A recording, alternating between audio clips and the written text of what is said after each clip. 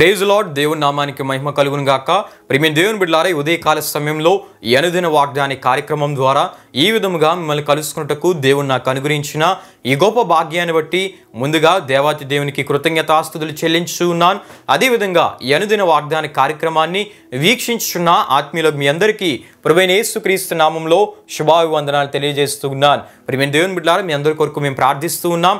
మా కొరకు, మా పరిచర్య కొరకు మీ ప్రార్థనలో జ్ఞాపకం చేసుకునవలసిందిగా ప్రభువైన యేసుక్రీస్తు నామంలో మీ అందరినీ కోరుచూ ఉన్నాను. ఈ దినము ప్రభు మీకు ఇచ్చే వాగ్దానము యెషయా గ్రంథం 54వ అధ్యాయం 11వ వచనమునై ఉన్నది. ఆ వాగ్దానం వచ్చిన భాగమును నేను మీ కొరకు చదువుచూ ఉన్నాను. ప్రార్థనాపూర్వకంగా ఆలకించవలసిందిగా ప్రభువైన యేసుక్రీస్తు నామంలో మీ అందరినీ కోరుచూ ఉన్నాను. ఆ వాగ్దాన వచనము ఈ విధంగా రాయబడి ఉన్నట్లు మనం చూస్తూ ఉంటాం. ప్రయాసపడి గాలివాన చేత కొట్టబడి ఆదరణ లేకయున్న దాన, నేను నీలాంజనములతో నీ కట్టడమును కట్టుదును, నీలములతో నీ పునాదులను వేదును. హల్లెలూయా, హల్లెలూయా. ప్రియమైన దేవుని బిడ్డలారా, ఈ వాగ్దానాన్ని దేవుడు ఆనాడు ఇశ్రాయేలు ప్రజలకు యెషయా ప్రవక్త ద్వారా ఇచ్చిన వాగ్దానంగా మనం చూస్తూ ఉంటాం. సందర్భాన్ని మనం జ్ఞాపకం చేసుకున్నట్లయితే ఇశ్రాయేలు ప్రజలు బబులోను బంధకముల్లో వారు ఉన్నారు. ఆ ఉన్న స్థితిని బట్టి, వారు ఎదుర్కొంటున్న పరిస్థితులను బట్టి దేవుడు వారిని గొడ్రాలుగా విడువబడిన స్త్రీతో పోల్చినట్లు మనం చూస్తూ ఉంటాం. 1వ వచనంలో మనం చూస్తే, పిల్లలు కనని దాన జయగీతమెత్తి పాడుము, ప్రసవవేదన పడని దాన జయకీర్తనెత్తి ఆనందపడుము అనే భవిష్యత్ వాక్కును దేవుడు మాట్లాడినట్లు మనం చూస్తూ ఉంటాం. ఈ భవిష్యత్ వాక్య యొక్క అర్థం ఏంటంటే, ఇశ్రాయేలు ప్రజలు వారు ఇప్పుడున్న పరిస్థితిని బట్టి కొంతకాలం వారు వారి పాపాలను బట్టి శిక్షించబడ్డారు. అయితే విడువబడిన పరిస్థితిని వారు ఎదుర్కొన్నారు. విడువబడిన వారిగా వారిని వారు తలంచుకున్నారు. అయితే ప్రియమైన దేవుని బిడ్డలారా, వారు విముక్తి పొంది పాత ఇశ్రాయేలు కంటే అత్యధికంగా వారు ఫలభరితమైన స్థితిలో ముందుకు వెళ్తారని, పాత ఇశ్రాయేలు కంటే అధికమైన మహిమతో వారి జీవితాలు ముందుకు నడిపించబడతాయని దేవుడు వాగ్దానాలు ఇస్తూ వారితో మాట్లాడినట్లు మనం చూస్తూ ఉంటాం. హల్లెలూయా, హల్లెలూయా. అయితే ప్రియమైన దేవుని బిడ్డలారా, దేవుడు మాట్లాడుతూ, ఇక సిగ్గు అవమానం ఉండదు, నీ భర్త నీ సృష్టికర్త అయిన యెహోవాను నేను నిన్ను విడిచిపెట్టను, విడువబడిన భార్యను తిరిగి భర్త స్వీకరించినట్లుగా దేవుడు తన ప్రజలను తిరిగి సమకూర్చి విస్తరింపజేస్తానని దేవుడు వాగ్దానం ఇచ్చినట్లు 54వ అధ్యాయం 1 నుండి 6 వరకు రాయబడిన వాక్యవచనాల్లో మనం చూస్తూ ఉంటాం. అంతేకాకుండా 7 నుండి 10 వరకు రాయబడిన వాక్యవచనాల్లో మనం చూస్తే, దేవుడు తాత్కాలికంగా వారిని శిక్షించిన నిత్యమైన కృపతో వారిని సమకూర్చి రక్షిస్తానని దేవుడు వాగ్దానాల ద్వారా మాట్లాడినట్లు మనం చూస్తూ ఉంటాం. 11 నుండి 17 వరకు రాయబడిన వాక్యవచనాల్లో మనం చూస్తే, బంధకముల నుంచి దేవుని ప్రజలను దేవుడు విముక్తి కలుగు చేసి వారిని విడిపించడమే కాకుండా దేవుడు మరలా వారికి ఘనతను, గొప్పతనాన్ని కలుగు చేసి భద్రతను అనుగురించి విజయాలు దయచేసి వారిని ఆశీర్వదిస్తానని, ఆశీర్వాదకరమైన స్థితిలో వారిని ఉంచుతానని దేవుడు వాగ్దానములు ఇచ్చినట్లు మనం చూస్తూ ఉంటాం. హల్లెలూయా, హల్లెలూయా. అందులో ఒక వాగ్దానాన్ని మనం చదువుకోవడం జరిగింది. ప్రియమైన దేవుని బిడ్డలారా, ప్రయాసపడి గాలివాన చేత కొట్టబడి ఆదరణ లేక ఉన్నదానా, నేను నీలాంజనములతో నీ కట్టడమును కట్టుదును, నీలములతో నీ పునాదులను వేదును అని దేవుడు మాట్లాడినట్లు మనం చూస్తూ ఉంటాం. ఎందుకు దేవుడు ఈ విధంగా మాట్లాడి ఉన్నారంటే, బబులోన్లో ఇశ్రాయేలు ప్రజల పరిస్థితి ఎలా ఉందంటే, వారు చెరపట్టబడ్డారు, కష్టాలు, అవమానాలు వారు ఎదుర్కొంటూ ఉన్నారు, నాశనమైన పరిస్థితులు వారు ఎదుర్కొంటూ ఉన్నారు, ఆకలి దప్పులు, దుఃఖకరమైన వేదనకరమైన పరిస్థితులు, ఒంటరి అయిపోయిన పరిస్థితులు వారు ఎదుర్కొంటూ ఉన్నారు. ప్రియమైన దేవుని బిడ్డలారా, అటువంటి పరిస్థితుల్లో వారి పరిస్థితి ఎలా ఉందంటే, గాలివాన చేత కొట్టబడిన పరిస్థితులుగా వారి పరిస్థితులు ఉన్నాయి. ఎవరి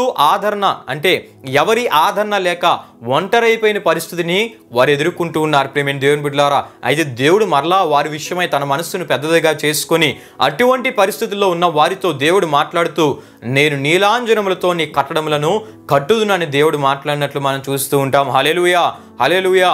నీలాంజనములు అంటే ప్రియమైన దేవుని బిడ్డలారా, ప్రీషియస్ స్టోన్స్ లేదంటే జ్యూవెల్స్ అని తప్పక మనం తెలుసుకోవాలి.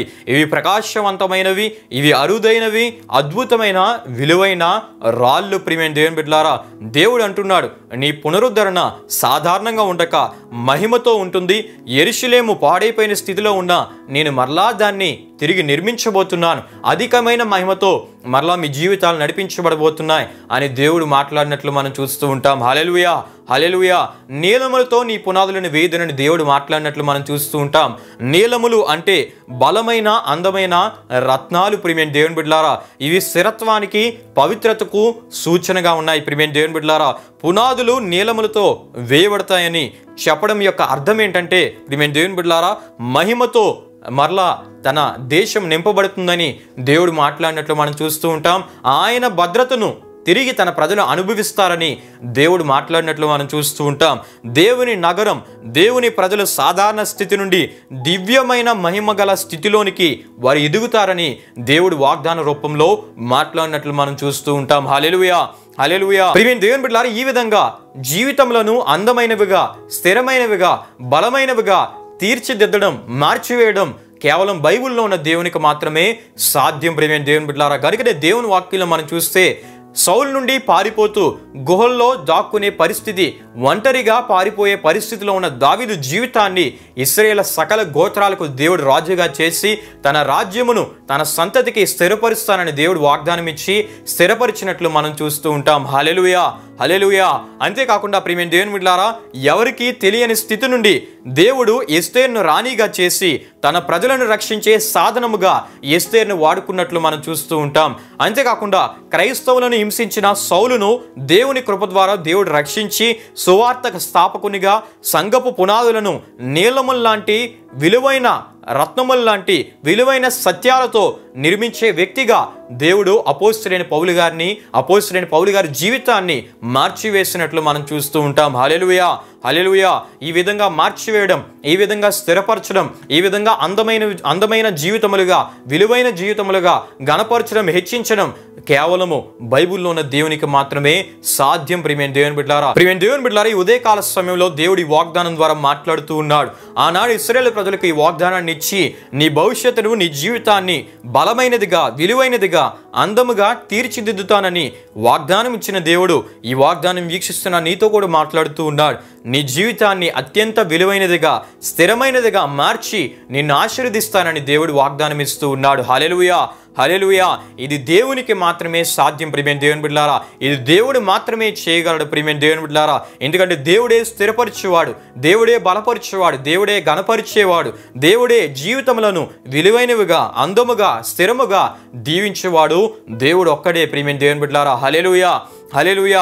గనుక ఈ రోజున నీవు ఎదుర్కొంటున్న పరిస్థితుల వైపు, శోధనల వైపు, నీవున్న అనారోగ్య పరిస్థితుల వైపు, నీవు ఎదుర్కొంటున్న పరిస్థితుల వైపు చూడక నీవు దేవుని వైపు నీవు చూస్తే దేవుడు నీ జీవితాన్ని మార్చివేయగల దేవుడు, దేవుడు నీ పరిస్థితులను మార్చివేసే దేవుడు, దేవుడు నీ జీవితాన్ని మారుస్తానని, నీ పరిస్థితులను మారుస్తానని, నీ జీవితాన్ని విలువైనదిగా మారుస్తానని దేవుడు వాగ్దానం ఇస్తున్నాడు. ప్రియమైన దేవుని బిడ్డలారా, నీలాంజనములు, నీలములు లాంటి విలువైన రత్నాల ద్వారా నీ జీవితాన్ని అమూల్యమైనదిగా, అందమైనదిగా, అరుదైనదిగా చేస్తానని, విలువ గలదిగా చేస్తానని దేవుడి వాగ్దానం ద్వారా మాట్లాడుతూ ఉన్నాడు. హల్లెలూయా, హల్లెలూయా.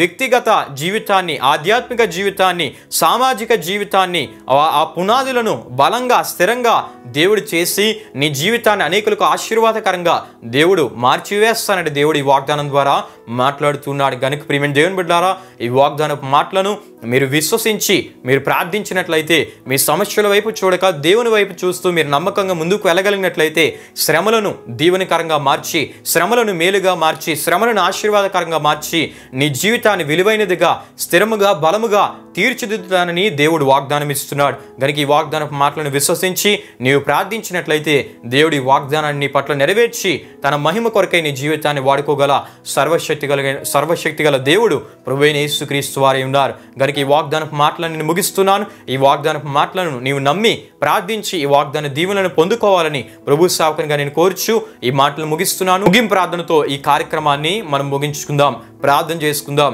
మహిమ స్వరూపైన మా ప్రభువా, జీవాధిపతి అయిన యేసయ్య, నీ ఘనమైన నామమునకు మహిమ, ఘనత, ప్రభావములు చెల్లిస్తున్నాం తండ్రి. ఆనాడు బబులోను బంధకాల్లో ఉన్న ఇశ్రాయేలు ప్రజలతో నీవు మాట్లాడుతూ వారి జీవితాల్ని దేవా అందమైనదిగా, విలువైనదిగా, స్థిరముగా, బలముగా దేవ కట్టి స్థిరపరుస్తానని దేవ వాగ్దాన రూపంలో మీరు మాట్లాడి దేవా మీరు బలపరిచినందుకు నీకు స్తుతులు చెల్లిస్తూ ఉన్నాం. అదేవా ఆనాడు మాట్లాడిన దేవుడు ఈ వాగ్దానం ద్వారా మీరు మాతో మాట్లాడినందుకు నీకు స్తుతులు చెల్లిస్తూ ఉన్నాం.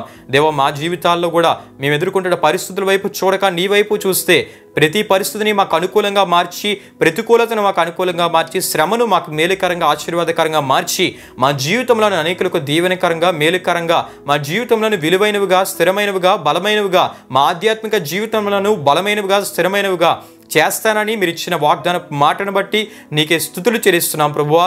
ఈ వాగ్దానాన్ని వీక్షించిన ప్రతి ఒక్కరిని మీరు జ్ఞాపకం చేసుకోండి. నీ వైపు చూచి ఈ వాగ్దాన మాటలను, ఈ వాగ్దానపు ఆశీర్వాదములను వారి జీవితాల్లో వారు అనుభవించటకు మీరు సహాయం చేయమని ఈ ఈ వాగ్దాన కార్యక్రమాన్ని వీక్షించిన ప్రతి ఒక్కరు మీరు జ్ఞాపకం చేసుకోండి. వారి ఆరోగ్యాలు మీరు దీవించండి, వారి ఆయుష్ను మీరు పొడిగించండి, వారిపై ప్రతి కృపను కాపుదలు మీరు దయచేయండి ప్రభువా. వారి ప్రయాణాల్లో నీ సన్నిధి క్షేమాన్ని అనుగ్రహించమని, వారికి మీ కృపను తోడుగా ఉంచి నడిపించమని, వారి ఆధ్యాత్మిక జీవితాలను మీరు ఆశీర్వదించమని, ఈ దినమంతా నీ కృపలో కాచి కాపాడి మీరే నడిపించమని ఈ వాగ్దాన కార్యక్రమం ద్వారా మరొకసారి నామానికి మహిమ ఘనత ప్రభావములు చెల్లిస్తూ యేసు పరిశుద్ధ నామంలో అడిగి వేడుకొనుచున్నాము తండ్రి, ఆమేన్. యేసు రక్తమే జయం, ప్రవేశ రక్తమే జయం, ప్రవేశ రక్తం సంపూర్ణమైనది, అపవాది క్రియలకనంత నాశనము కలుగునుగాక.